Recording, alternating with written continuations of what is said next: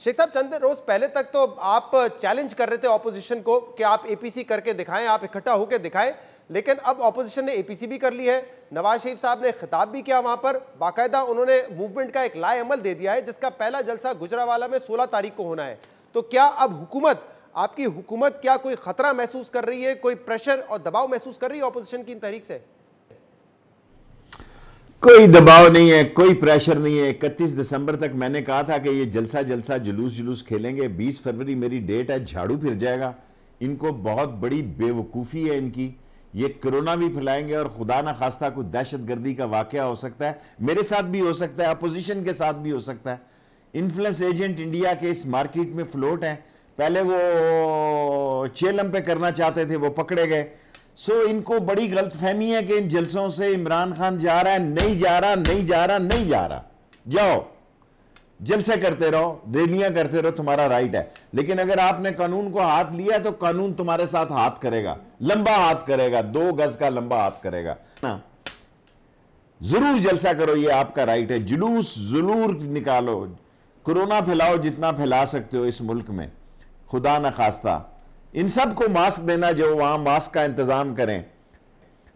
और ये क्या करेंगे वहां जलसे 27 दिसंबर तक। मैंने 31 दिसंबर दिया, 3 दिन पहले से ये जलसा मुहिम खत्म कर रहे हैं। 20 फरवरी तक इनका काम तमाम होगा। कर लें ये जलसा जुलूस, कुछ नहीं होगा। नाकाम हो गए, नाकामी इनका मुकद्दर बनेगी। बिल आखिर पीपल्स पार्टी इनसे अलहदा होगी। मौलाना साहब बिफरे हुए हैं, बिफरे रहे हैं। मौलाना मुफ्ती महमूद साहब ने भी बयान दिया था एक दफ़ा कि सिलेक्टेड है, ये सिलेक्टेड हुकूमत है। उसका जो नतीजा निकला था वो भी उनके सामने है। और इनका जो नतीजा निकलेगा वो कम से कम मुझे तो पता है कि ये कुछ नहीं कर सकते इमरान खान का। अगर इनको नहीं पता तो अपना काम डालें और काम करें, जितना कर सकते हैं उतना करें। अल्टीमेटली अगर आप ये कह रहे हैं कि इमरान खान कहीं नहीं जा रहे, इमरान खान को कोई फर्क नहीं पड़ा इनके जलसों से और ये जितने जलसे जुलूस करना चाहे करते रहे, तो फिर ये क्या वजह है कि हुकूमत की तरफ से हमें एक पैनिक मोड भी नजर आ रहा है? गुजरावाला की पूरी इंतजामिया को आप लोगों ने तब्दील कर लिया, बगावत के पर्चे किए गए। अभी भी आप या इमरान खान ये धमकी लगा रहे होते कि अगर कोई भी गैर कानूनी हरकत की तो अरेस्ट कर लेंगे, जेलों में डाल देंगे। ये पैनिक मोड में क्यों जा रही है हुकूमत फिर? ये छोटी बात है। देखें, ऑफ कोर्स जब अपोजिशन के जलसे जुलूस होते हो तो ये तो नहीं कि अपोजिशन हाथ पे हाथ धरी, हुकूमत हाथ पे हाथ धरी बैठी रहेगी। वो भी अपने इकदाम करती है, वो भी देखती है कि उसने क्या करना है। सब हुकूमतों का हुआ, हम पे तो एक आवारा किस्म की क्लाशनकोफ में 7 साल कैद काटी। हुक्मरानों की और अपोजिशन की लगी रहती हैं। पाकिस्तान कोई अनहोना मुल्क नहीं है। यहाँ अपोजिशन की जो ट्रेडिशन है वो अपोजिशन निभाती है, जो सरकार की रवायत है वो सरकार निभाती है। अगर इन्होंने कानून को किसी जगह हाथ में लिया तो कानून इनके साथ हथड़ौल करेगा, ऐसी हथड़ौल करेगा कि ये याद रखेगा। शेख साहब, आपकी उम्मीद इस बात पर है कि ये तहरीक नाकाम हो जाएगी क्योंकि पाकिस्तान पीपल्स पार्टी अलग हो जाएगी, वो इस्तीफे नहीं देंगे, आखिर तक नहीं जाएंगे नून लीग और दीगर अपोजिशन जमातों के साथ? मतलब आप अपनी कारकर्दगी की वजह से नहीं बचेंगे, पीपल्स पार्टी क्योंकि इत्तेहाद से अलग हो जाएगी, इसलिए ये मूवमेंट नाकाम होगी आपके ख्याल में?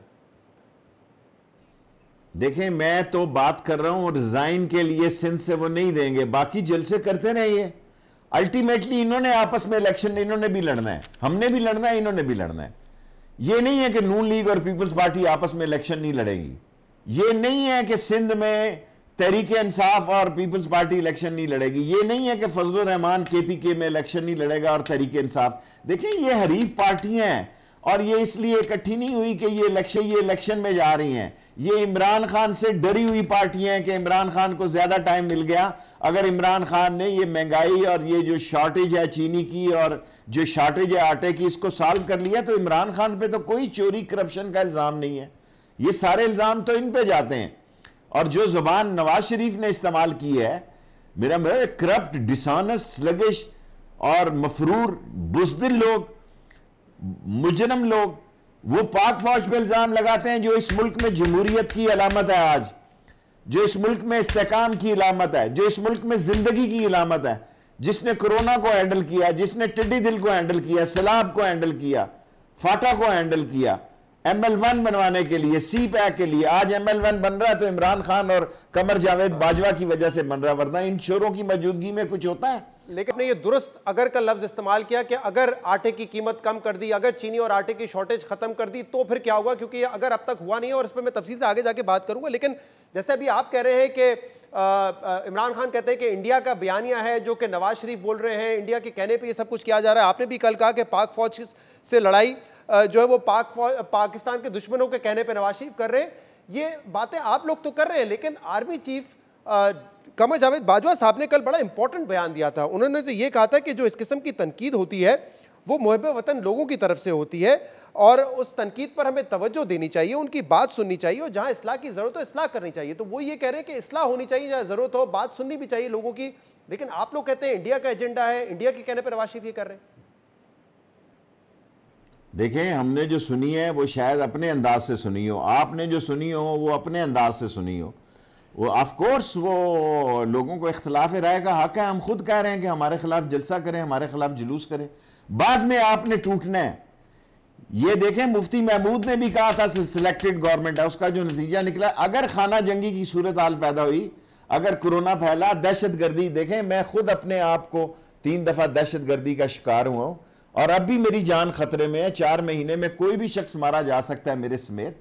सो हालात वो नहीं है जो आप तज्जिया किए। लेकिन ये कहना कि जनाब इन जलसों से हुकूमत पलट रही है, तो लाएं स्टाम्प, मैं आपको लिख कर देता हूं, इन जलसों से इमरान खान नहीं जा रहा। लेकिन ये जो बार बार आप दहशतगर्दी का जिक्र कर रहे हैं कि वो हो सकती है इन जलसों में, इन तहरीक पर और किसी पर भी हो सकती है, आप पर भी हो सकती है, बड़ी खतरनाक बात है। तो ये बात आप सिर्फ टीवी के जरिए कम्युनिकेट कर रहे हैं या हुकूमत ने बाकायदा ऑपोजिशन को ऑन बोर्ड लिया है कि ये खतरात हैं?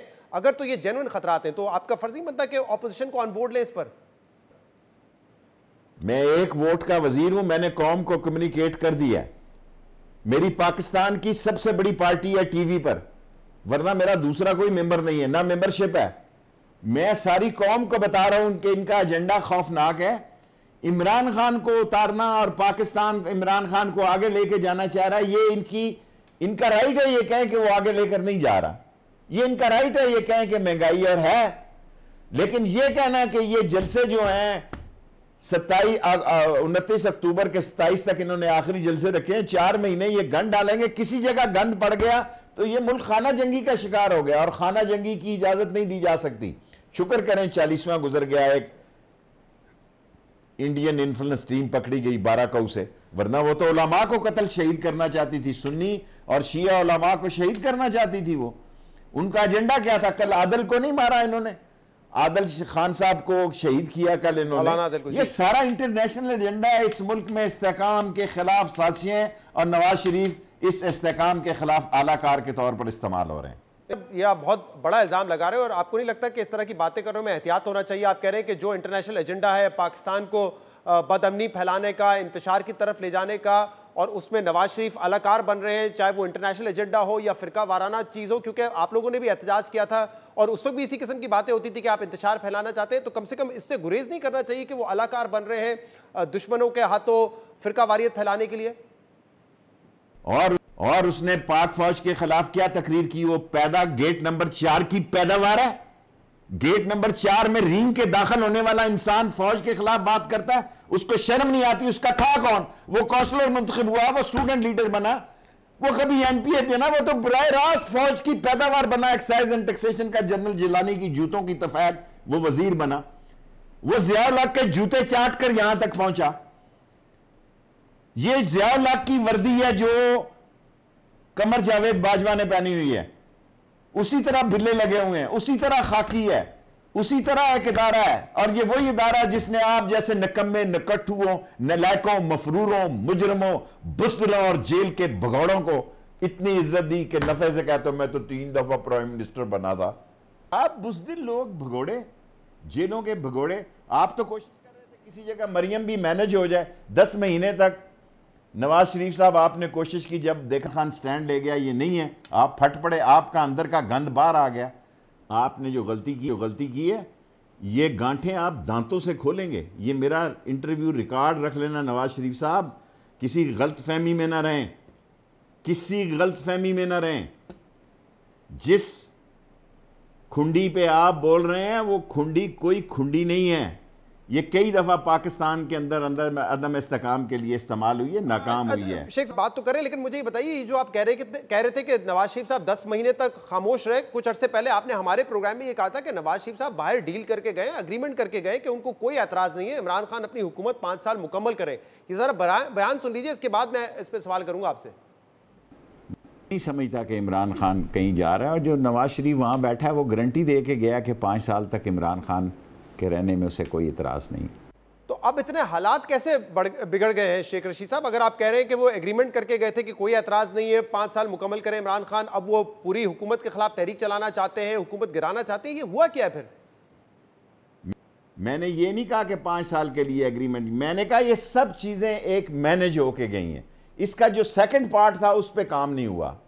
सेकंड पार्ट के बाद इन्होंने बाहर जाके इस मुल्क को अंदर से क्या कहते हैं वो करना था, इंतशार और खलफशार का शिकार, खोखला करना था। खोखला इज़ द बेस्ट लफ्ज़।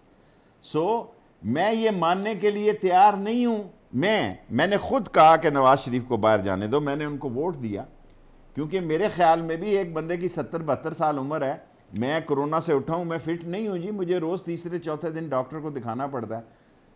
3-4 महीने हो गए, अभी तक सुबह भी दवाई लेता हूँ, शाम को भी दवाई देता हूँ। इसका इफेक्ट है जी, नहीं जाता बंदे का। शेख साहब, एक इशू है और वो है महंगाई का, और बहुत सारे लोगों की ये राय है कि शायद ऑपोजिशन आपको इतना डेंट नहीं डाल सकती हुकूमत पर, लेकिन महंगाई डाल सकती है, क्योंकि एक आम आदमी का मसला है।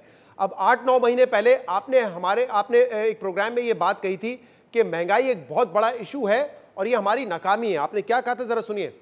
मैं नहीं समझता हुकूमत के लिए खतरा सिर्फ महंगाई है, कोई चीज़ नहीं है। अवाम जो है उसको हमें साथ लेकर चलना है, और अगर हमें ख़तरा है तो सिर्फ ये जिसके घर बिल जा रहा है, खा वो बिजली का है या गैस का है, वो हमसे नाला है। वो इमरान खान से नफ़रत नहीं कर रहा, लेकिन वो ये बात ज़रूर कहता है कि जो तवक्कात आपसे हमने वाबस्ता की थी आप उस पर पूरे नहीं उतरे।